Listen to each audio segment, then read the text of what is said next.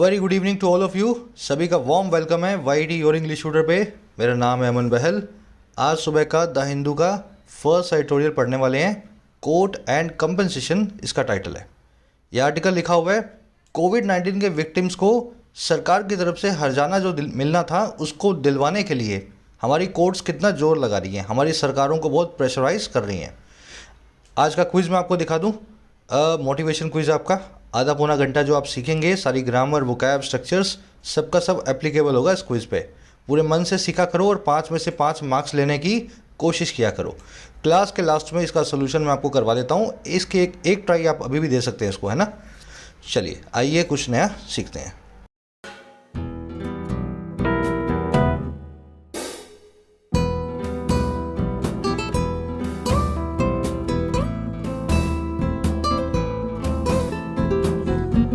Court and compensation. Court आप जानते हैं अदालत। कंपनसेशन का मतलब होता है हर्जाना। हिंदी में बोलते हैं क्षतिपूर्ति। किसी का नुकसान हुआ उसके बदले आपने कुछ हर्जाना उसको दिया। कह रहा है हमारी अदालत, और अदालत जो है बड़ा जोर लगा रही है, बड़ा एफर्ट्स लगा रही है हर्जाना दिलवाने के लिए लोगों को। अच्छा, कौन सा हर्जाना है, किसको दिलवाया जाएगा? ऑन एक्स ग्रेशिया टू किन ऑफ कोविड-19 विक्टिम्स। बात की जा रही है एक्स ग्रेशिया की, वो वाला हर्जाना जो सरकार अपनी मर्जी से दे। एक्स ग्रेशिया जो देने के लिए कहीं भी कानून में नहीं लिखा है, एक्स ग्रेशिया। आया समझ में?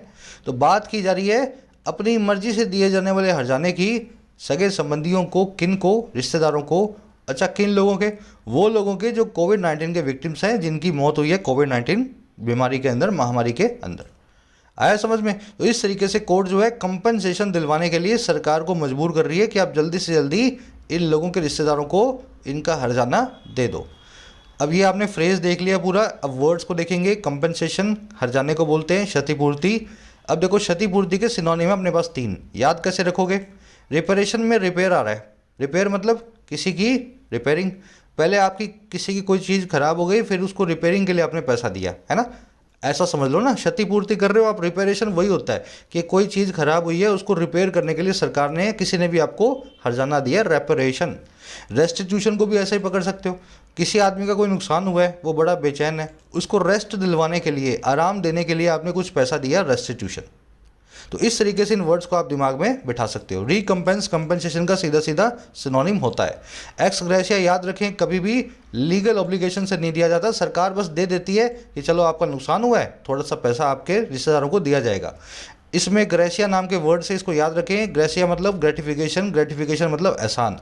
एक्स ग्रेशिया मतलब एहसान के तौर पे दिया जाने वाला पैसा, ना कि सरकार के लीगल ऑब्लिगेशन से निकलने वाला पैसा। किन का मतलब होता है सगे संबंधी, रिश्तेदार। चलिए, आज वोकैब बड़ी अच्छी है। अब अपने टाइटल पैराग्राफ से देखते हैं क्या कहना चाह रहा है। एक लाइक और एक शेयर जरूर से देना सेशन को। कह रहा है the Supreme Court has done much to grant some succour to the kin of कोविड-19 विक्टिम्स। कह रहे सुप्रीम कोर्ट बहुत कुछ कर चुकी है। हैज़ डन, सुप्रीम कोर्ट ने बहुत कुछ कर लिया है। कह रहा मच मतलब बहुत कुछ। अच्छा, क्यों किया है सब कुछ? ग्रांट करने के लिए, देने के लिए। अच्छा, क्या देने के लिए? थोड़ी राहत, सम सकर। सकर का मतलब होता है छोटी सी राहत। तो थोड़ी सी राहत देने के लिए बहुत कुछ कर लिया है। अच्छा, और किसको दी जा रही है राहत? राहत दी जा रही है किन को, यानी कि रिश्तेदारों को। और किसके? कोविड-19 के विक्टिम्स के, कोविड-19 के शिकारों के। तो सुप्रीम कोर्ट अपनी तरफ से पूरे एफर्ट्स लगा रही है कि थोड़ा सा पैसा रिश्तेदारों को दिलवा दे। 2 लाख 5 लाख जो भी मिलता है, 50,000 ही है इस केस में। तो 50 हज़ार कोविड-19 के विक्टिम्स को कैसे भी करके जल्दी से जल्दी उनको दिलवाए। चलिए, कोर्ट की वो है has done, present perfect tense में, सब्जेक्ट ग्रीन में, वो पिंक में। आप जानते हैं सकर मतलब राहत होता है। अ स्मॉल रिलीफ, रिप्रीव, है ना। इसके लिए एक और वर्ड अपने पास, कोल्ड कंफर्ट। लिख दूं यहाँ, कोल्ड कंफर्ट। राहत तो है लेकिन बहुत बड़ी राहत नहीं है। घर से आदमी तो चला गया आपके, है ना, किसी के भी, और 50,000 रुपये सरकार ने दे दिए। तो इससे कोई बड़ी क्षतिपूर्ति नहीं हो जाएगी, कोई बड़ा हर्जाना नहीं मिल जाएगा। 50,000 रुपये एक छोटी सी राहत की तरह काम करेगा, सकर की तरह। तो सकर को बड़ी राहत नहीं, छोटी सी रिलीफ के लिए आप यूज़ करें इस वर्ड को। किन का मतलब होता है रिश्तेदार। इसी से एक फ्रेज बनता है किथ एंड किन। देखिए, किथ मतलब फ्रेंड्स, किन मतलब रिश्तेदार। किथ एंड किन का मतलब क्या है? आपके सगे संबंधी सभी के सभी, आपके दोस्त, आपके रिलेटिव्स, है ना, किथ एंड किन। इस फ्रेज की खासियत है, मैं आपको समझा देता हूँ। प्रैक्टिकली देखोगे तो समझोगे। ही इन्वाइटेड ऑल यहाँ लिख देता हूँ his kids and kins to his marriage. उसने अपने सगे संबंधियों को सभी को अपनी मैरिज में इनवाइट किया। देखने में सेंटेंस बिल्कुल सही लग रहा है, लेकिन सेंटेंस टेक्निकली गलत है। कैसे सर? ये किथ एंड किन जो देख रहे हो ना, एक प्लूरल नाउन है। प्लूरल और सिंगुलर दोनों में ही काम करेगा ये। किथ एंड किन जो है ना, इसको कभी भी फॉर्म को चेंज नहीं करना है। ये अपने आप ही बता देगा कि सारे रिश्तेदारों की बात की जा रही है, किथ एंड किन। तो इसने इनवाइट जो किया था ना, उसने अपने किथ्स एंड किन्स को नहीं सर, किथ एंड किन को किया था। आया समझ में? एस वैस लगा के इसको प्लूरल मत बना के आना, ये अपने आप में प्लूरल जो है डिनोट करता है अपना मीनिंग, एस नहीं लगाना है। चलिए अब एक काम क्या करेंगे, सारी आर्टिकल की वोकैबुलरी को देखेंगे ताकि स्मूथली इसको अपने पढ़ते जाएं। देखिए, अगर आप किसी एग्ज़ाम के लिए प्रिपेयर कर रहे हैं, SSC, railways, banking, UPSC, police, teaching या स्टेट गवर्नमेंट के एग्जाम्स, तो इन सभी के लिए मॉक टेस्ट के लिए मैं आपको रेफर करूंगा, सजेस्ट करूंगा टेस्टबुक.com। इंडस्ट्री लीडर है और इसकी खूबी ये है कि 450 एग्जाम्स के 32,000 मॉक टेस्ट को एक सिंगल पैकेज बना के इन्होंने रखा हुआ है। अब ये 32,000 मॉक टेस्ट अलग अलग वैरायटी के हैं, डिफिकल्टी लेवल के। ईजी भी मिलेंगे, मॉडरेट भी मिलेंगे, डिफिकल्ट भी मिलेंगे। आप हर तरीके से अपनी एग्जाम प्रिपरेशन को बूस्ट करेंगे। ये सिंगल पैकेज 32,000 मॉक टेस्ट का सभी एग्जाम्स का 1 साल की वैलिडिटी के साथ मिलता है 399 में, और 3 साल की वैलिडिटी के साथ मिलता है 599 में। लेकिन ये प्राइस आपको नहीं देना है, आपको लगाना है कोड YET10। जैसे ही इस कोड को लगाएंगे 15% ऑफ लेंगे। 399 वाला 339 में और 599 वाला 509 में आपको मिल जाएगा। ऐप का लिंक कमेंट सेक्शन में डाल रहा हूँ, फायदा उठा सकते हैं। कोड जरूर लगाएं YET10। ये अपनी वोकैब शीट है, सारे पुराने और नए वर्ड्स इसी में मिलेंगे। 2 चीज़ें मैं यहीं पे क्लियर कर दूं फटाफट से। वोकैबलरी आपको यहीं से करनी है। कोई भी एग्जाम आप ले रहे हो, एसएससी, बैंकिंग, यूपीएससी एग्जाम, किसी भी एग्जाम की मोटी मोटी वोकैबलरी यहाँ से आपकी हो जानी चाहिए। तो इस शीट को आप डाउनलोड कर सकते हैं टेलीग्राम ग्रुप से। इसी ग्रुप के अंदर आपको रोज़ जो है ये शीट अपडेटेड मिलती है। सुबह 7 बजे आपको एडिटोरियल भी मिल जाता है। दूसरा, अगर आपकी अंडरस्टैंडिंग आपको डेवलप करनी है, अभी तक नहीं हो पा रही है, आपको लग रहा है कि सर आप तो पढ़ा रहे हो, हमें समझ में नहीं आ रहा है, या अपने आप से हम पढ़ नहीं पा रहे हैं, तो आपको अपने बेसिक्स पे काम करना है। बेसिक्स मिलेंगे होम पेज पे, complete English grammar for all competitive exams. इस प्लेलिस्ट को चला लो, पूरा कर लो। 10 से 15 दिनों के अंदर बेसिक्स तैयार हो जाएंगे। फिर आप रेडी हो जाओगे इंग्लिश में अपनी जर्नी को स्टार्ट करने के लिए। पहले बेसिक्स, देन उसकी प्रैक्टिस। चलिए, अपने पास वर्ड्स आज डिप्राइव समवन ऑफ समथिंग, ये स्ट्रक्चर ऐसे ही काम करती है, ये स्ट्रक्चर है। फिर एक वर्ड है रोप इन, ये भी आप बहुत बार कर चुके हैं। रिकम्पेंस अभी आपको करवाया है। सकर, ये भी बताया है आपको, स्मॉल रिलीफ। और ग्राउज का मतलब होता है कंप्लेंट, आपकी कोई किसी से शिकायत है ना। तो ये 5 वर्ड्स को पहले चेक कर लेते हैं। ये डिप्राइव समवन ऑफ समथिंग, ये ऐसे एक स्ट्रक्चर चलती है। डिप्राइव का मतलब होता है वंचित करना, किसी से किसी चीज़ को छीन लेना, या उसके पास वो चीज़ जाने ना देना। समझ रहे हो? डिप्राइव, मैं कुछ सेंटेंस बनाऊंगा उससे आप समझ पाओगे। जैसे poverty deprives many children of even the basic education. जो गरीबी है वो डिप्राइव करती है, वंचित करती है बहुत सारे बच्चों को। अच्छा, किस चीज़ से? यहाँ तक कि बेसिक एजुकेशन से भी। आया समझ में? तो बेसिक एजुकेशन भी बच्चों तक नहीं पहुंचने देती। वंचित कर देने का मतलब यही होता है। वो बच्चे जो है बिल्कुल जो प्रिलिमिनरी एजुकेशन है, एलिमेंट्री एजुकेशन, वो भी नहीं ले पा रहे हैं। तो डिप्राइव समवन ऑफ समथिंग, ऐसे ही ये स्ट्रक्चर चलेगी। इस ऑफ की जगह पे फ्रॉम, बाय, विद ऐसा कुछ भी नहीं लगाना है। डिप्राइव समवन ऑफ समथिंग का ही बिल्कुल सिमिलर स्ट्रक्चर है, बिरीव समवन ऑफ समथिंग। ठीक है, डिप्राइव और बिरीव ऑलमोस्ट एक दूसरे के सिनोनिम की तरह काम करते हैं। चलिए अगले वर्ड पे बढ़ेंगे। स्ट्रक्चर आज आप आर्टिकल में देखोगे। नेक्स्ट वर्ड है अपना रोप इन, एक फ्रेजल वर्ब है, आपको कई बार करवाया हुआ। रोप मतलब रस्सी, इन मतलब अंदर। आपका एक दोस्त है, आपकी मदद नहीं कर रहा, या करना नहीं चाह रहा, या कहने में शर्मा रहा है कि नहीं करूँगा, लेकिन आपने क्या किया, उसकी रस्सी बांधी उसके पाँव में, उसको खींच के ले आए घसीट के। रोप इन का मतलब यही होता है रियल लाइफ में, किसी आदमी को किसी काम में इन्वॉल्व करवाना विद फोर्स, उसको मजबूर करके। उसकी शायद इच्छा हो भी ना हो, पर आप चाहते हो कि वो इन्वॉल्व हो जाए, तो आप उसको रोप इन कर रहे हो। ठीक है। Raju our neighbour roped in everyone to help him move to his new house. Raju हमारा जो नेबर है, उसने रोप इन कर लिया, इन्वॉल्व करवा लिया सभी को ज़बरदस्ती। और किस लिए? ताकि वो उसको हेल्प करें मूव करने में अपने नए घर तक, है ना। उसका सारा सामान उठवाएं, गाड़ी में लोड करवाएं। तो राजू था ही ऐसा, उसने सबको ज़बरदस्ती बुला लिया और सारा काम करवा लिया। तो ये रोप इन नाम की फ्रेजल वर्ब भूलेंगे नहीं, इसी रस्सी से, रोप से याद रखें। इसको इन्वॉल्व करना, कन्विंस करना है, ट्रैप करना भी बोलते हैं। अगला अपने पास वर्ड है रिकम्पेंस, अभी बता चुका हूँ आपको, हरजाने को बोलते हैं। ये एक नाउन भी है, एक वर्ब भी है। अगर हरजाना दे रहे हो वर्ब फॉर्म में तब भी रिकम्पेंस, अगर हरजाना दिया है नाउन फॉर्म में तब भी recompense. The airline will have to recompense the passengers for cancelling the flights. Airline को रिकम्पेंस करना पड़ेगा, हर्जाना देना पड़ेगा पैसेंजर्स को फ्लाइट को कैंसिल करने के लिए। रिकम्पेंस नाउन की सिनोनिम होंगे कंपनसेशन, रेपरेशन, रेस्टिट्यूशन, अभी आपको करवाया है ना। एक वर्ब फ्रेज भी है to make amends, to make amends, इसका मतलब भी हर्जाना देना होता है। ये वर्ब फ्रेज है, रिकम्पेंस जो है वर्ब का सिनोनिम हो सकता है। सकर, सकर एक स्मॉल रिलीफ होता है, छोटी सी राहत, जैसे कि humanitarian aid by the locals has provided succour to the war refugees. जो मानवीय एड है, मानवीय मदद है ना, ह्यूमैनिटेरियन एड है लोकल्स के द्वारा, उसने थोड़ी सी राहत को प्रोवाइड किया है, सकर को प्रोवाइड किया है वॉर रिफ्यूजीज को, ऐसे रेफ्यूजीज जो वॉर में भाग के इधर आए हैं। सकर को रिपीव और कंसोलेशन भी बोलते हैं, अभी आपको बताया मैंने। Cold comfort, cold comfort, cold comfort भी इसका एक सिनोनिम है। लास्ट अपने पास ग्राउज, ग्राउज का मतलब होता है कंप्लेंट, शिकायत। वर्ब फॉर्म में इसका मतलब होता है कंप्लेन करना, टू कंप्लेन, है ना। The workers main grouse is that they are not paid on time. Workers का मेन गुस्सा, मेन शिकायत ये है कि उनको वक्त पे तनख्वाह नहीं मिलती, they are not paid on time. Grievance इसका सिनोनिम है, जिसको आज आप आर्टिकल में देखने वाले हैं। ग्राउज, ग्रीवांस, शिकायत यानी आपकी कंप्लेंट।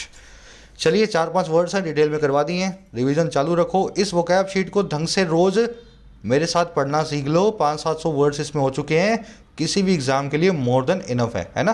पर तब जब आप इनको पढ़ोगे और रोज़ सीखोगे, रिवीजन ही की है, जितना रिवाइज करोगे उतने ही वर्ड्स आपके दिमाग में बैठने लगते हैं। एक समरी आपको दे दूं किस बारे में लिखा हुआ है। देखो, कोर्ट ने थोड़े दिन पहले सरकार को ज़बरदस्ती कहा था, ज़बरदस्ती क्या मतलब, बहुत एफर्ट लगा के, बहुत सख्ती से कहा था कि जितने भी कोविड-19 में मौतें हुई हैं उन सभी के रिश्तेदारों को आपको 50,000 रुपये देने हैं। साथ में किसी से ये नहीं पूछना है कि आपके डेथ सर्टिफिकेट में कोविड डेथ लिखा हुआ है या नहीं लिखा हुआ। अगर किसी आदमी को 1 महीने के अंदर कोविड होने के उसकी डेथ हो जाए तो 50,000 रुपये उसको दे ही देने हैं, चाहे डेथ सर्टिफिकेट पे कुछ भी लिखा हो। आया समझ में, चाहे डायबिटीज़ लिखा हो, चाहे हाइपरटेंशन लिखा हो, चाहे हार्ट अटैक लिखा हो। अगर कोविड हुआ है, 30 दिन के अंदर मौत हुई है तो उसको मिलेंगे। अब वो देने के बाद सरकार से अभी भी ये काम जो है कोर्ट नहीं करवा पाई है। सरकार अभी भी, स्टेट गवर्नमेंट्स खास करके ढीली पड़ रही हैं, ढीलम ढाल में इस काम को चला रही है। अब हमारा आर्टिकल ये कह रहा है कि वक्त आ गया कि सुप्रीम कोर्ट फिर से अपनी छड़ी घुमाए और स्टेट गवर्नमेंट्स को भी बोले कि आप भी इस काम को जल्दी से जल्दी अंजाम दो, क्योंकि 50,000 ही देने आपको बहुत बड़ा एहसान नहीं है। जो भी देना चाहते हो जल्दी से दो ताकि उन लोगों को कुछ सहारा मिल सके। बस आज का आर्टिकल यही है। सुप्रीम कोर्ट को प्रेज कर रहा है, सुप्रीम कोर्ट बहुत कुछ कर चुकी है और अभी भी कर रही है। प्रेजिंग टोन है, अपलोडिंग टोन है आज की सुप्रीम कोर्ट के लिए। चलिए अब आर्टिकल को शुरू कर लेते हैं डिटेल में। कह रहा है, it took much persuasion by the Supreme court and all its assertiveness to get the union government to agree last year to pay a token compensation of rupee 50,000 to the families of each of those who were claimed by COVID-19। सबसे पहले बता रहा है background, supreme court ने पहले सरकार को कैसे आड़े हाथों लिया था पिछले साल। कह रहा है इट टुक, इसने लिया, और क्या ले लिया भाई, बहुत सारा परसुएशन। परसुएशन का मतलब होता है इन्फ्लुएंसिंग, किसी को मनाना, मान मनोहार बोलते हैं हिंदी में, है ना। तो कह रहा बड़ा परसुएशन लगा, बड़ी ही मान मनोहार करनी पड़ी, और किसके द्वारा, सुप्रीम कोर्ट के द्वारा। द सुप्रीम कोर्ट, सरकारी संस्था है, द लगाएं। और किसके द्वारा, इसकी सारी असर्टिवनेस के द्वारा। असर्टिवनेस का मतलब होता है फोर्सफुलनेस, आपका जो है जोर देके किसी बात को कहना, किसी बात के पीछे लग जाना असर्टिव होकर के। तो कह रहे सुप्रीम कोर्ट और उसके फोर्सफुलनेस की बड़ी जो है परसुएशन लगी, और किस काम के लिए, मनाने के लिए, गेट करने के लिए यूनियन गवर्नमेंट को कि वो अग्री हो जाए, तैयार हो जाए। और किस लिए, लास्ट ईयर तैयार हो जाए पे करने के लिए एक छोटे से कंपनसेशन को। टोकन, टोकन मतलब छोटा सा, एक छोटा सा कंपनसेशन, और जो है 50,000 रुपये का उन लोगों की फैमिलीज़ को, और ईच ऑफ दोस, हर एक उसकी जो क्लेम किया गया था कोविड-19 के द्वारा, जिसकी मौत हुई है कोविड-19 के द्वारा। जब कोई बीमारी किसी को क्लेम करती है तो उसका मतलब है उस बीमारी में उस बंदे की डेथ हो गई है। आया समझ में। तो पिछले साल सुप्रीम कोर्ट और उसकी असर्टिवनेस को बड़ा परसुएशन यूज़ करना पड़ा, बड़ा इन्फ्लुएंस करना पड़ा, बड़ा मनाना पड़ा कि वो सरकार से इस काम को करवाए। गेट की पॉजिटिव फॉर्म यूज़ की हमने कि सरकार जो है यूनियन गवर्नमेंट से अग्री करवा दे, वो उसको मनवा दे। पिछले साल ही हुआ है काम कि थोड़ा सा पैसा आप दे दो, 50,000 रुपये दे दो कम से कम, टोकन कंपनसेशन उन लोगों के परिवारों को जिनको कोविड-19 ने क्लेम कर लिया है, जिनकी इसमें मौत हो गई है। सेंटेंस की स्ट्रक्चर देखेंगे, इट की वर्ब है टुक, हु की वर्ब है वर क्लेम्ड। हु आया है दोज के लिए, दोज वो लोग हैं जो कि क्लेम किए गए थे डेथ के द्वारा, है ना, उन लोगों की फैमिलीज के लिए। परसुएशन मतलब इन्फ्लुएंसिंग, किसी को कन्विंस करना, किसी को मनाना। असर्टिवनेस मैंने आपको बता दिया। फोर्सफुलनेस है ना, किसी चीज़ के पीछे पड़ जाना, नहीं ऐसा होगा ही होगा। जब आप ऐसा करते हो तो अपनी असर्टिवनेस को आप जो है दिखाते हो। कल हमने कॉजेटिव वर्ब्स हैव के बारे में सीखा था, आज हम कॉजेटिव वर्ब गेट के बारे में सीखेंगे। कल का अगर आर्टिकल आप पढ़ चुके हो, कल की क्लास में हैव वाला जो आपको करवाया था वहीं से गेट वाला कनेक्टेड है, ठीक है। इसीलिए बोलता हूँ क्लास में रेगुलर रहा करो ताकि आप रोज़ फ़ायदा ले सको। हैव वर्ब क्या करवाती है, किसी से कोई काम करवाती है। जैसे he had a mechanic repair to repair या रिपेयर हिज कार। मैंने सब कुछ इसमें ऐड कर दिया ताकि एक ही है ना सेशन में दोनों को अपने ढंग से सीख पाएँ। मान लीजिए यहाँ पे गेट को मैं निकाल दूँ, ठीक है, मैं यहाँ से गेट को निकाल रहा हूँ। यहाँ भी हेड लगा देते हैं और यहाँ भी हेड लगा देते हैं। अगर मैं हैव कॉजेटिव वर्ब को यूज़ कर रहा हूँ तो मैं मैकेनिक को देखूंगा, ये मैकेनिक ने रिपेयर किया है या रिपेयर खुद हुआ है। सेंटेंस का मतलब है उसने मैकेनिक से अपनी कार रिपेयर करवाई, है ना। अब ये जो कार रिपेयर करने का एक्शन है, ये मैकेनिक इस एक्शन का डूअर है या रिसीवर है? सर एक्शन का डूअर है। जब एक्शन का डूअर हो हैव वर्ब के बाद में, हैव वर्ब के बाद में रखा हुआ नाउन एक्शन का डूअर हो, तो हैव वर्ब अपने साथ में वर्ब की बेस फॉर्म को लेती है। तो मैं लिखूंगा he had a mechanic repair his car, ठीक है। और इस केस में देखो he had his car repair to repair repaired by a mechanic, उसने अपनी कार को मैकेनिक से रिपेयर करवाया, मीनिंग वही है। पर हैव वर्ब के बाद में आपको देखना है नाउन जो है इस एक्शन का रिसीवर है डूअर है। सर यहाँ पे कार को रिपेयर किया जाएगा, मैकेनिक रिपेयर करने वाला था, डूअर था, कार एक्शन का रिसीवर है। तो यहाँ पे आप यूज़ करेंगे डन, यानी कि वर्ब की थर्ड फॉर्म।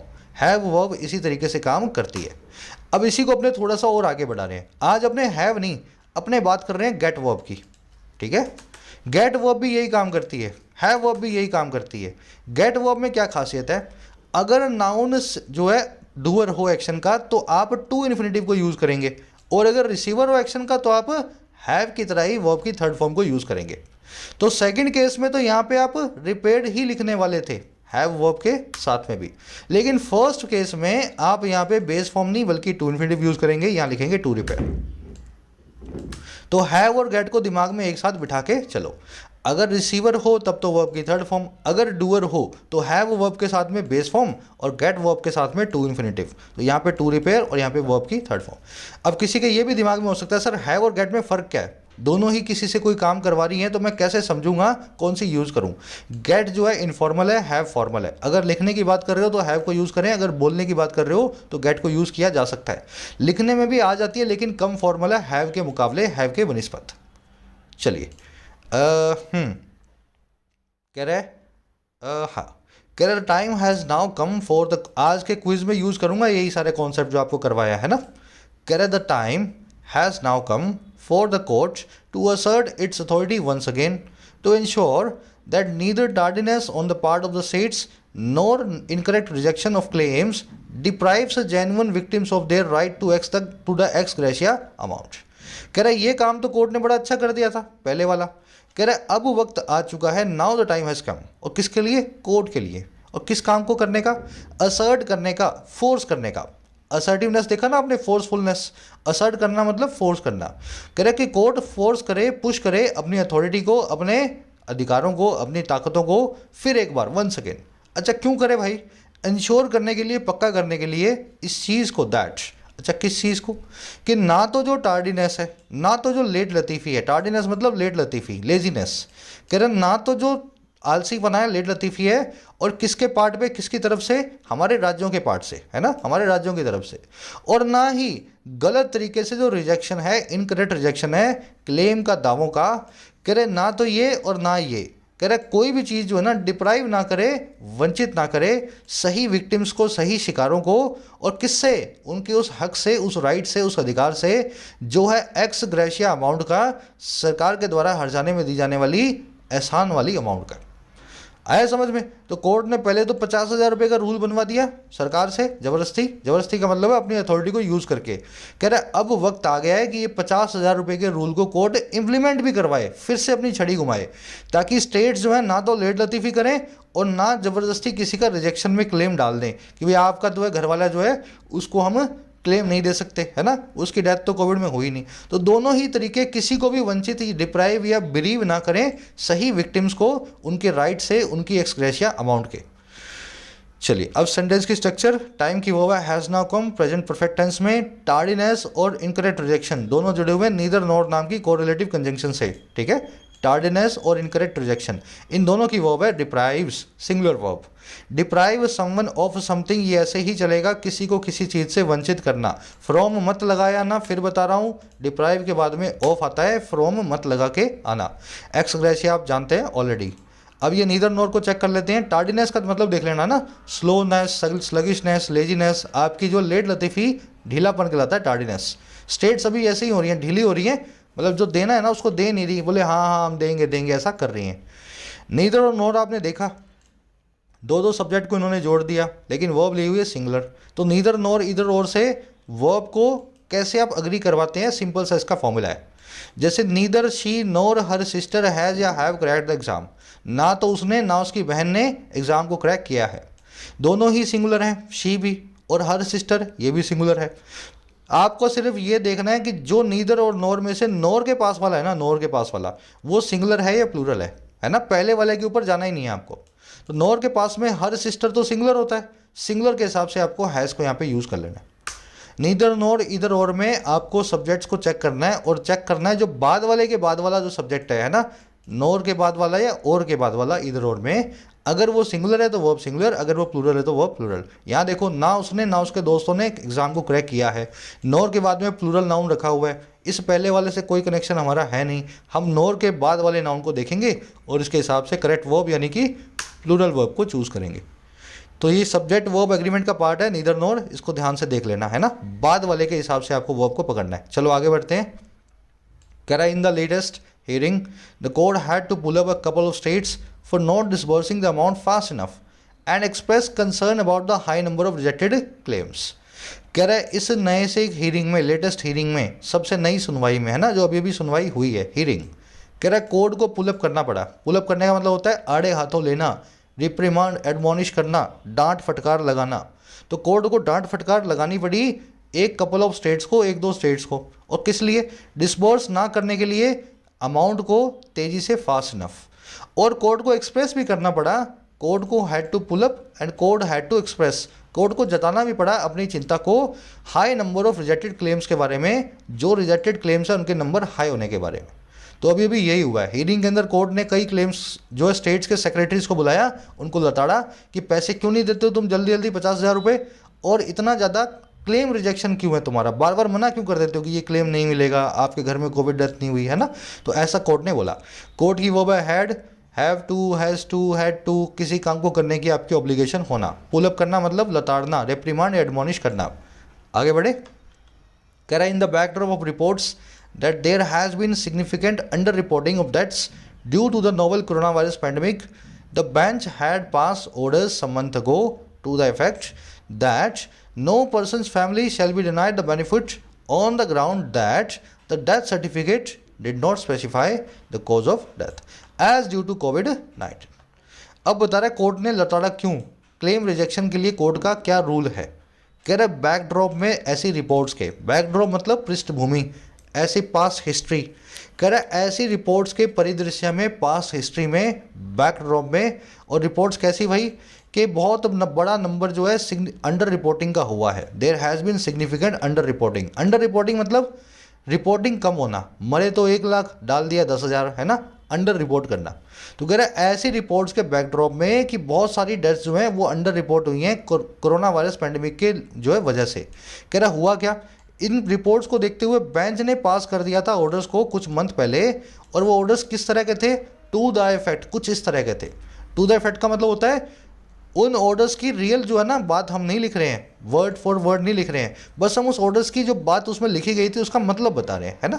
तो उन ऑर्डर्स जो है उनको टू द इफेक्ट इशू किया गया था, दैट वो ये कि किसी भी आदमी के परिवार को डिनाई नहीं किया जाएगा, मना नहीं किया जाएगा बेनिफिट देने से, इस आधार पे, इस प्रीमाइसिस पे, इस बेसिस पे कि जो डेथ सर्टिफिकेट है उसमें स्पेसिफाइड नहीं है, उसमें लिखा नहीं हुआ है कि कॉज ऑफ डेथ जो है, मौत का जो कारण है वो कोविड-19 है। आया।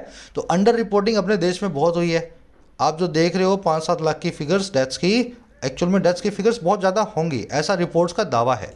तो इन रिपोर्ट्स को देखते हुए कोर्ट ने बोल दिया था कि मैं ना तुम्हें ऑर्डर दे रही हूँ सभी स्टेट्स को, राज्यों को, सभी जो है सेंटर को भी, कि किसी भी आदमी के परिवार को तुम बेनिफिट देने से मना नहीं करोगे, सिर्फ इस आधार पे कि जिस आदमी के घर में उसके डेथ हुई है उस आदमी के डेथ सर्टिफिकेट में ऐसा लिखा नहीं हुआ कि उसकी डेथ कोविड-19 से हुई है। अगर 1 महीने के भीतर इन्फेक्शन होने के डेथ हो गई है ना, तो उस आदमी को आपको 50,000 देने ही है। इन द बैकड्रॉप ऑफ, आप समझ गए हो, इस हिस्ट्री के साथ, इस बैकग्राउंड के साथ, अंडर रिपोर्टिंग की वर्ब हैज़ बीन, देर से क्लोज शुरू हुआ है इसलिए वर्ब के बाद में सब्जेक्ट रखा हुआ है। अंडर रिपोर्टिंग मतलब रिपोर्टिंग कम होना, इसका बिल्कुल उल्टा है ओवर रिपोर्टिंग। डेथ्स कम हुई है, आपने ज़्यादा बता दी है ना, ओवर रिपोर्टिंग। बेंच की वर्ब है has had past perfect tense में। टू द इफेक्ट या टू दैट इफेक्ट का मतलब होता है कुछ इस तरह का, है ना। वर्डिंग नहीं बता रहा हूँ आपको, वर्डिंग का मीनिंग बता रहा हूँ, टू द इफेक्ट। फैमिली का मतलब, फैमिली की वर्ब है शैल बी डिनाइड, पैसिव जो है वॉइस में। डेथ सर्टिफिकेट की वर्ब है डिड नॉट स्पेसिफाई। ग्राउंड का मतलब होता है आधार, इसको बेसिस या प्रीमाइसिस भी बोल सकते हैं। On the premises, on the basis, on the ground. आगे बढ़े, आज अच्छी है, वो क्या बड़ी रिच है ना। कह रहा early experience since the outbreak showed that many deaths were attributed to comorbidities rather than to the infection itself। अब बता रहा बदमाशी क्या है स्टेट्स की। कह रहा है जो शुरुआती एक्सपीरियंस है, अर्ली एक्सपीरियंस है, जब से आउटब्रेक हुआ है, जब से महामारी फैली है। आउटब्रेक का मतलब होता है बीमारियों का फैलाव। जब से तेज़ी से बीमारी फैली है, कह रहा हमारा जो अर्ली एक्सपीरियंस है, जो हमारा तजुर्बा है, अनुभव है, उसने हमें दिखाया कि बहुत सारी डेथ्स जो हैं वो एट्रीब्यूट टू की गई। एट्रीब्यूट टू करने का मतलब होता है किसी का रीज़न बताना। तो बहुत सारी डेथ्स जो हैं उनका रीज़न डाला गया कोमॉर्बिडिटीज़ के ऊपर। मॉर्बिडिटी मतलब बीमारियां, कोमॉर्बिडिटी मतलब ऐसी बीमारियां जो आपको पहले से हैं। इन्फेक्शन भी हो गया, साथ में डायबिटीज़ भी है, साथ में हाइपरटेंशन भी है, तो आपको कोमॉर्बिडिटी है ना। इन्फेक्शन की बीमारी भी होगी और हाइपरटेंशन भी है। तो कह रहे बहुत सारी डेथ्स को इसी तरीके से दूसरी बीमारियों के ऊपर डाला गया, कोमॉर्बिडिटीज़ के ऊपर डाला गया, और बजाय किसके, बजाय इन्फेक्शन के खुद के। आया समझ में, साफ साफ दिख रहा है कोविड से डेथ हुई है, लेकिन डेथ सर्टिफिकेट में लिखा हुआ डायबिटीज़, क्योंकि ये आदमी की डायबिटीज़ की दवाई चल रही थी तो उसमें सर्टिफिकेट में डाल दिया, है ना। तो ऐसी बदमाशी भी कई स्टेट्स के द्वारा देखी गई है। एक्सपीरियंस की वर्ब है शोड, डेथ्स की वर्ब है वर एट्रीब्यूटेड टू, पैसिव वॉइस में। कोमॉर्बिडिटी मैंने आपको बता दिया, ऐसी बीमारियां जो आपको पहले से हैं। कह रहा also many died after testing negative during hospitalisation और आफ्टर देयर डिस्चार्ज। कह रहा साथ ही साथ बहुत मारे गए अपने टेस्ट नेगेटिव करने के बाद में, नेगेटिव टेस्टिंग के बाद में, हॉस्पिटल के अंदर ही, ड्यूरिंग हॉस्पिटलाइजेशन और या फिर अपने डिस्चार्ज के। तो स्टेट्स तो यही करती है ना, कोई आदमी जो है जिसकी रिपोर्ट नेगेटिव आ जाए 10-12 दिनों के बाद, फिर उसकी डेथ भी हो जाए तो उसको यही बोलती हैं कि इसकी कोविड से डेथ नहीं हुई, है ना। ऐसा भी हुआ था।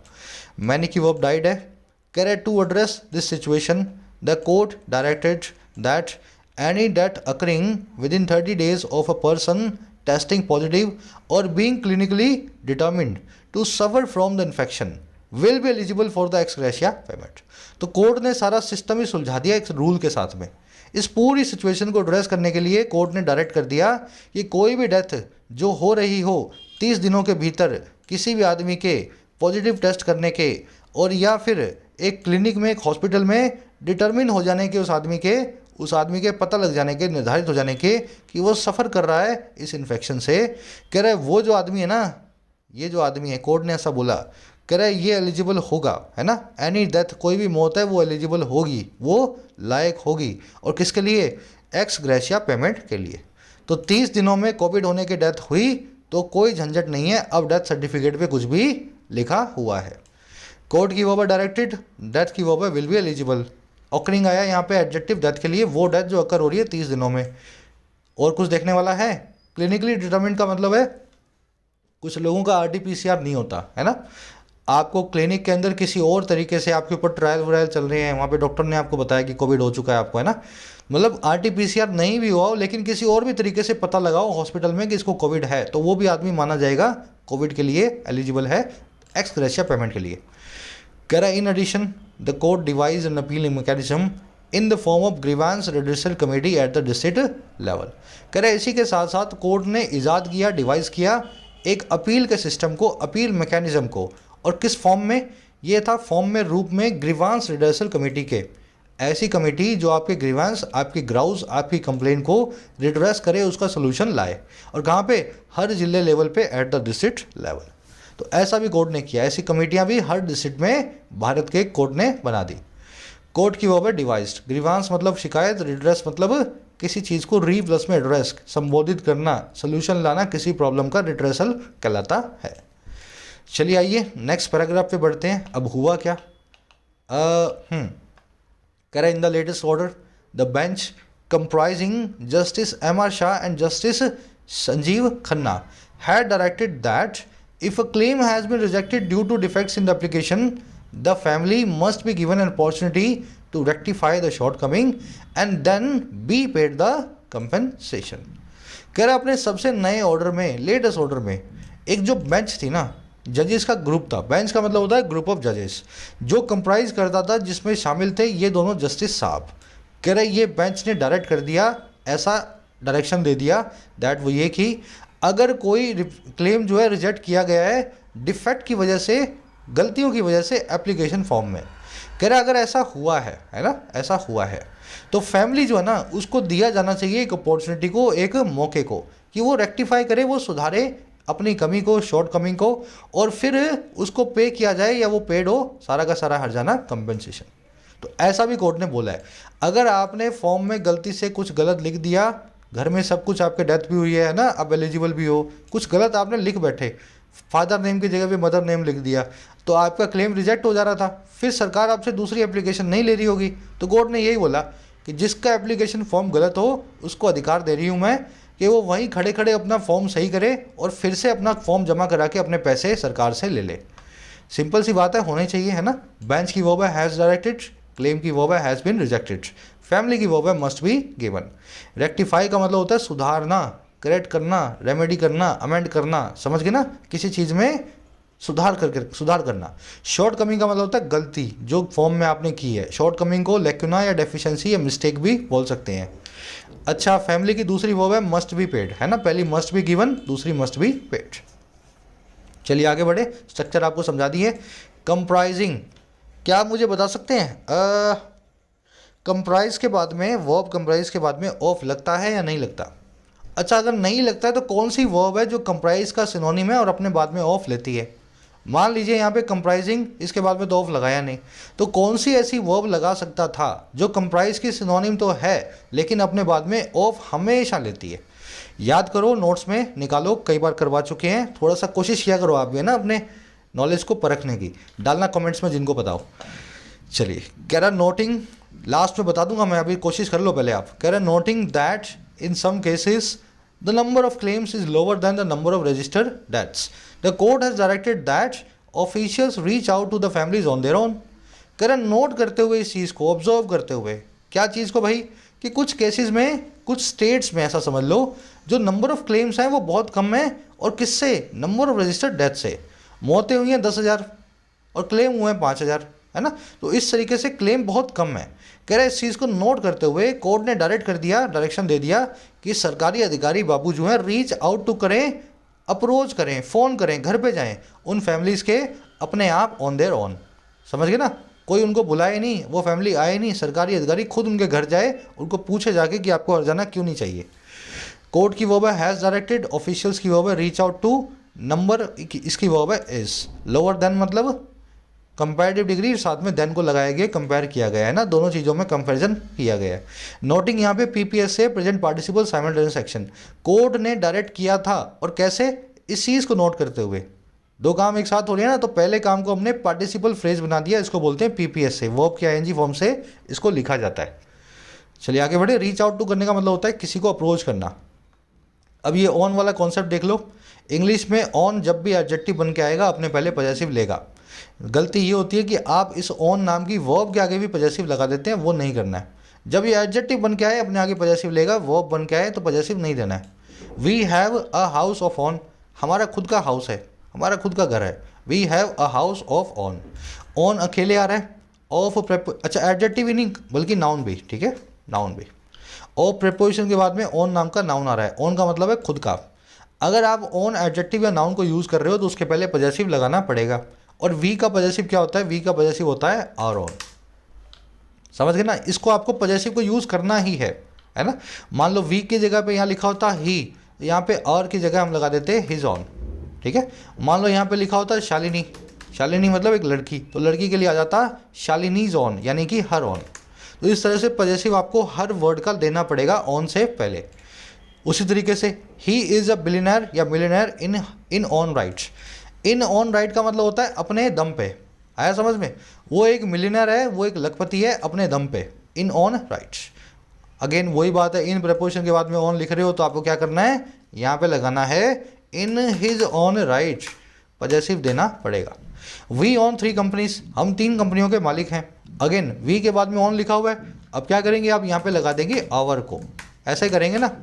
देखो एडजेक्टिव और वर्ब के केस में लगाना, वर्ब के केस में मत लगाना। एडजेक्टिव और नाउन के केस में लगाना है, वर्ब के केस में नहीं लगाना है। यहाँ पे ऑन एक वर्ब है, इस ऑन वर्ब का मतलब है किसी चीज़ को ऑन करना, किसी चीज़ का मालिक होना। हम 3 कारों के मालिक हैं या 3 कंपनीज के मालिक हैं। ऑन मेन वर्ब है, इससे पहले पजेसिव नहीं लगाना है, वो लगता है एडजेक्टिव या नाउन के केस में, ठीक है। तो यहाँ पे मत लगा के आना। रूल समझो और देखो वो कहाँ पे अप्लाई नहीं होगा। आगे बढ़ेंगे, आज के क्विज में यूज़ करेंगे इस रूल को। करा it has extracted assurances from some states that claims that had been cleared but yet to be dispersed would be cleared as early as possible। कह रहा है इसने एक्सट्रैक्ट किया, इसने ब्रिंग आउट किया, इसने निकाला इस एश्योरेंस को, इस भरोसे को, इस वादे को, और किससे, कई स्टेट से, कई राज्यों से। इसने कई राज्यों से हामी भरवाई है, वादा करवाया है, एक्सट्रैक्ट किया एश्योरेंस को। दैट वो ये कि जो क्लेम्स हैं जो कि क्लियर किए जा चुके हैं लेकिन अभी भी डिस्बर्स नहीं हुए हैं, अभी भी बांटे नहीं गए हैं। डिस्बर्स करना मतलब बांटना, वो क्लियर होंगे जितना जल्दी हो सके उतना जल्दी। तो कई स्टेट्स के सेक्रेटरीज को बुला करके कोर्ट ने उनसे ये वादा दिलवाया कि जो क्लेम तुम कर चुकी हो ना क्लियर, और पैसे दिए नहीं अभी तक, आज ही या कल ही जल्दी से जल्दी उनका पैसा आप चुकवानी, उनको जो है चुकाओगे। इट की वर्ब हैज़ एक्सट्रैक्टेड। एक्सट्रैक्ट का मतलब होता है ब्रिंग आउट करना, लेकर के आना, किसी चीज़ को निकालना, है ना, बाहर निकालना। एश्योरेंस का मतलब होता है भरोसा या वादा। क्लेम की वर्ब है वुड बी क्लियर्ड, दैट की वर्ब है हैड बीन क्लियर्ड, दैट आया क्लेम्स के लिए, है ना, claims that had been cleared. आगे बढ़े, कह रहा significantly it has also mandated the disclosure of reasons for rejection to the applicants so that they could either rectify errors और go on appeal to the committee to redress such grievances. कह रहा है और significant बात यह है कि इसने इस चीज़ को भी मैंडेट किया है। मैंडेट करना मतलब किसी चीज़ को ज़रूरी बनाना, टू मेक समथिंग मैंडेटरी। कह रहा है सिग्निफिकेंटली, और सिग्निफिकेंट बात यह है कि इसने इस चीज़ को भी ज़रूरी बनाया है, और वो चीज़ है डिस्क्लोजर। डिस्क्लोजर का मतलब होता है अनाउंसमेंट, रिवोल्यूशन। तो आप खुलासा करें, अनाउंसमेंट करें, और किसकी, उन कारणों की, रीजंस की जो है रिजेक्शन के एप्लीकेंट्स के लिए, है ना, और ताकि ये एप्लीकेंट्स जो हैं या तो रेक्टिफाई कर सकें अपनी एरर्स को, सही कर सकें अपनी गलतियों को, और या फिर ये जा सकें अपील पे कमेटी के पास अपनी शिकायत को रिड्रेस करवाने के लिए, अपनी शिकायत का सोल्यूशन लाने के लिए। तो अभी तक क्या हो रहा था, आपने कुछ गलती की है ना फॉर्म में, तो आपको आपका फॉर्म वापस कर दिया जा रहा था और बोल दिया जा रहा था कि आपका जो है हमने पास नहीं किया। रीज़न नहीं बता रहे थे कि कहाँ पे गलती की है, सही कर लो, ऐसे कर सकते हो, या फॉर्म में ये गलती है, या आपकी क्लेम में ये प्रॉब्लम है। अब कोर्ट ने यही बोला कि कर देना वापस, लेकिन साथ में उसको लिखित में देना पड़ेगा क्यों वापस कर रहे हो, ताकि वो आदमी अपना सोल्यूशन करवा सके क्लेम का। इट की वर्ब है has mandated, present perfect tense. Mandate का मतलब किसी चीज़ को मैंडेटरी बनाना, डिस्क्लोजर मतलब खुलासा, रेवलेशन, अनाउंसमेंट। दे की वर्ब है कुड, रेक्टिफाई और कुड गो। इधर और नीदर नॉर, दो वर्ब्स को आपस में मिला देते हैं, बताया ना आपको मैंने अभी। दे आया है यहाँ पे एप्लीकेंट्स के लिए। आगे बढ़ेंगे, रेक्टिफाई आप जानते हैं किसी चीज़ को सही करना, है ना, किसी चीज़ में सुधार करना। ग्राउज, ग्रीवेंस मतलब शिकायत। कह रहा है in yet another bid to ensure that eligible families are not denied the benefits, the court has roped in legal services authority in is state and district to ascertain whether compensation has been paid to the kin of everyone regarded as dead due to the pandemic in official records and facilitate the payment if it is yet to be made। अब और क्या किया court ने एक और आदमी को बीच में डाल दिया इस सब काम को करवाने के लिए। तो कह रहा है एक दूसरी बिड में, बिड का मतलब कोशिश, in another bid to ensure, एक और कोशिश में इंश्योर करने की, पक्का करने की, दैट वो ये कि जो एलिजिबल परिवार हैं, डिजर्विंग परिवार हैं, जिनको अधिकार है, जिनको हक है ना। कह रहा है ऐसे एलिजिबल परिवार जिनको पैसा मिलना चाहिए उनको मना ना किया जाए बेनिफिट को इस कोशिश के अंदर, है ना। हुआ क्या, कह रहा है कोर्ट ने ना रोप इन किया है, कोर्ट ने ज़बरदस्ती इन्वॉल्व करवा लिया है इस अथॉरिटी को, लीगल सर्विसेज अथॉरिटी को, LSA को, और कहाँ पे, हर स्टेट में और डिस्ट्रिक्ट में। अच्छा क्यों? पक्का करने के लिए, असरटेन करने के लिए, इस चीज़ को डिटर्मिन करने के लिए। अच्छा किस चीज़ को? हाँ के ना।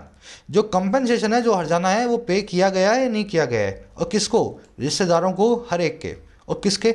जिसका रिकॉर्डेड है नाम एज डेड, मोर मृतक के तौर पे, डेड के तौर पे, और किसकी वजह से? पैंडेमिक की वजह से, सरकारी आंकड़ों में, ऑफिशियल रिकॉर्ड्स में। तो ऐसा किया है कोर्ट ने। किसी का भी हक ना मारा जाए तो कोर्ट ने एलएसए को बोला है, लीगल सर्विस अथॉरिटी को, हर स्टेट में, डिस्ट्रिक्ट में, कि आप डिसाइड करो हर एक आदमी का जिसका नाम डेथ में पड़ा हुआ है उसको पैसा मिला है या नहीं मिला है। और आप फैसिलिटेट भी करवाओ पेमेंट को, पेमेंट के अंदर हेल्प करो, आप फैसिलिटी दो अपनी। अगर पेमेंट होना अभी बाकी है, किसी का नाम आपको मिले जिसकी पेमेंट होना अभी बाकी हो, तो ऐसा भी कोर्ट इस हद तक जा चुकी है कि कैसे भी करके इनको पैसा दिलवाएं, है ना, लोगों को उनका हक मिले। फैमिलीज की वो आर नॉट डिनाइड। डिनाई करना किसी को बेनिफिट, मतलब उसका बेनिफिट उसको देने से मना कर देना। कोर्ट की वो has roped in, present perfect tense में रोप इन करना मतलब किसी चीज़ को, किसी को इन्वॉल्व करवाना। कंपनसेशन की वो हैज़ बीन पेड, ये जो है आपका परफेक्ट टेंस पैसिव में। असर्टेन करना मतलब टू मेक समथिंग सर्टेन, किसी चीज़ को डिटर्मिन करना, निर्धारित करना, किसी चीज़ का पता लगाना। इट की वर्ब है इज। टू बी मेड यहाँ पे पैसिव इन्फिनिटिव है। पेमेंट को मेक किया जाएगा, पेमेंट मेक नहीं करेगी, टू मेक नहीं, पेमेंट टू बी मेड। कह रहा the SC has done much to grant some succour, low though the quantum may be in the light of the staggering impact of the pandemic has had on the lives and livelihoods to millions of people. अच्छा sentence है, ध्यान से, थोड़ा confuse करेगा। कह रहा है court कर चुकी है बहुत कुछ, एससी हैज़ डन। अच्छा क्या कर चुकी है भाई और क्यों कर चुकी है? ग्रांट करने के लिए कुछ सकर को, कुछ मेहनत, कुछ थोड़ी सी जो है राहत को, है ना, तो थोड़ी सी राहत देने के लिए कोर्ट बड़ी कोशिश कर चुकी है। कह रहे लो दो, लो मतलब कम, दो मतलब हालांकि, कम है हालांकि जो क्वांटम, क्वांटम मतलब क्वांटिटी, जो अमाउंट है, कह रहा हो सकती है, और कैसे? देखते हुए, इन the light of, in the light of का मतलब होता है कंसीडर करते हुए, और किसको? स्ट्रैगरिंग इम्पैक्ट को, बहुत ही चकरा देने वाले इम्पैक्ट को, असर को हमारी पैंडेमिक के। स्टैगरिंग मतलब जो आपको चकरा दे, जो आपको लड़खड़वा दे, है ना, सही से चल ना पाओ, ऐसा इम्पैक्ट आपको मिले किसी चीज़ का, वो स्टैगरिंग होता है, सरप्राइजिंग होता है। अरे कोर्ट काफ़ी कुछ कर चुकी है थोड़ी सी राहत देने के लिए, चाहे जो क्वांटम है, जो अमाउंट है, जो पैसा है, वो लो ही हो। दो द क्वांटम में भी लो, इसको ऐसा भी लिख सकते थे ना, लो को यहाँ पे मे बी के बाद में भी लगा सकते थे, इसने पहले लगा दिया शुरू में। और कैसे? देखते हुए चकरा देने वाले इम्पैक्ट को जो पैंडेमिक ने रखा है, हैज़ हैड रखती आई है, और किस पे? जिंदगियों पे और रोजगारों पे, लाइव्स एंड लाइवलीहुड्स पे, और किसके? कई दसियों लाख लोगों के। तो इम्पैक्ट तो बहुत बड़ा है, पैसा बहुत छोटा है, लेकिन इस थोड़े से पैसे और छोटी सी राहत को दिलवाने के लिए भी कोर्ट बहुत कुछ कर चुकी है। It is applaudable act on the part of our courts, है ना, बहुत ही प्रशंसनीय काम उन्होंने किया है। कोर्ट की वर्ब है हैज़ डन, क्वांटम की वर्ब है मे बी, यहाँ पे कंफ्यूज मत होना, इसको ऐसा भी लिख सकते थे, दो द क्वांटम मे बी लो। इसने क्या किया? लो को बाहर निकाल लिया अपने राइटिंग स्टाइल को दिखाने के लिए आपको, है ना, इसे लिख दिया लो though the quantum may B, है ना, थोड़ा सा पोएटिक फॉर्म में लिख दिया, जैसे पोएट लिखते हैं। इन द लाइट ऑफ का मतलब होता है इस चीज़ को देखते हुए, कंसीडर करते हुए, गिवन, इसको इन द वेक ऑफ भी बोलते हैं, इन the light of, in the wake of. Staggering का मतलब होता है जो आपको चकरा दे, स्टैगर करवा दे। स्टैगर का मतलब होता है लड़खड़ाना। स्टैगरिंग वो चीज़ है जो आपको लड़खड़ाने पे मजबूर कर दे, इतना सरप्राइज कर दे, अचानक से शॉक कर दे। ऐसा इम्पैक्ट पैंडेमिक का आया है। पैंडेमिक की वर्ब है has had, has had, have had, had. ये बेसिक्स में आपको अच्छे से करवाया हुआ है, प्लेलिस्ट चला लो, 5वीं 6वीं वीडियो है ऊपर से, इसमें आप स्ट्रक्चर को ढंग से सीख पाओगे, है ना। लाइवलीहुड मतलब रोजगार, यानी कि ऑक्यूपेशन। चलिए आर्टिकल अच्छे लेवल का है आज, ठीक ठाक सा है ना। अपने क्विज़ पे देख लेते हैं कैसा है। क्विज़ मैं सिंपल ही बनाता हूँ, कोशिश यही होती है कि सबके कम से कम 4 नंबर आएँ। अगर नहीं आ रहे हैं तो थोड़ा सा आपका बेसिक्स में हाथ कमज़ोर है, ऐसा समझ लेना, ठीक है। फर्स्ट में आपको चेक करना है कंपनसेट, स्टैगर, शॉर्ट कमिंग और रोप इन चारों में से फॉर प्रेपोजिशन के बाद में कौन सा जेरेंट रखोगे, मीनिंग निकालना है आपको, वो ये जो है वोकैब का क्वेश्चन है, ठीक है। सेकंड में आपको चेक करना है इस टू इन्वेस्ट के हिसाब से कौन सी पॉजिटिव वर्ब किस फॉर्म में यूज़ होगी, हैव या गेट। हैविंग यूज़ करोगे या गेटिंग यूज़ करोगे, है ना, हैव यूज़ करोगे या गेट यूज़ करोगे, मतलब फॉर्म भी और वर्ब भी, पॉजिटिव वर्ब को करेक्ट फॉर्म में यूज़ करना है। सेकंड वाले में देख लिया करो, फॉर प्रेपोजिशन है, पहला ऑब्जेक्ट यहाँ पे आएगा, दूसरा ऑब्जेक्ट यहाँ आएगा, है ना, for doing and for doing, ऐसा करके दोनों जगह ऐसा भी सोच सकते हो आप, है ना। थोड़ा सा ब्रेक कर लेना, सेंटेंस को आसान है। थर्ड और फोर्थ में 2 एरर्स मिलेंगी आपको, आप खुद से निकाल सकते हो। आप इसमें निकालूँ, बताऊँ आपको, चेक करना ऑन नाम के एडजेक्टिव या नाउन को कैसे यूज़ किया गया है, और दूसरा नीदर नॉर के बाद में वर्ब कैसे यूज़ की गई है। खुद से कोशिश करो निकालने की, निकल आएगा। लास्ट में एक वन वर्ड दिया गया आपको, एक कंपेंसेशन विदाउट लीगल ऑब्लिगेशन। इसको क्या बोलते हैं? सकर बोलते हैं, किन बोलते हैं, एक्स ग्रेशिया बोलते हैं, टार्डिनस बोलते हैं। आंसर्स डाल रहा हूँ फर्स्ट कमेंट में इसी वीडियो के नीचे हिंट्स के साथ। आंसर में जाके चेक करें, अपने आंसर से मेरे आंसर्स को मैच करें और बताना आउट ऑफ 5 आपको कितने मार्क्स मिले। कोई भी क्वेरी रिलेटिंग टू कोर्सेज इस नंबर पे व्हाट्सअप करें, आपको रिप्लाई मिल जाएगा। एक लाइक और एक शेयर जरूर से देना सेशन को। Until then signing out.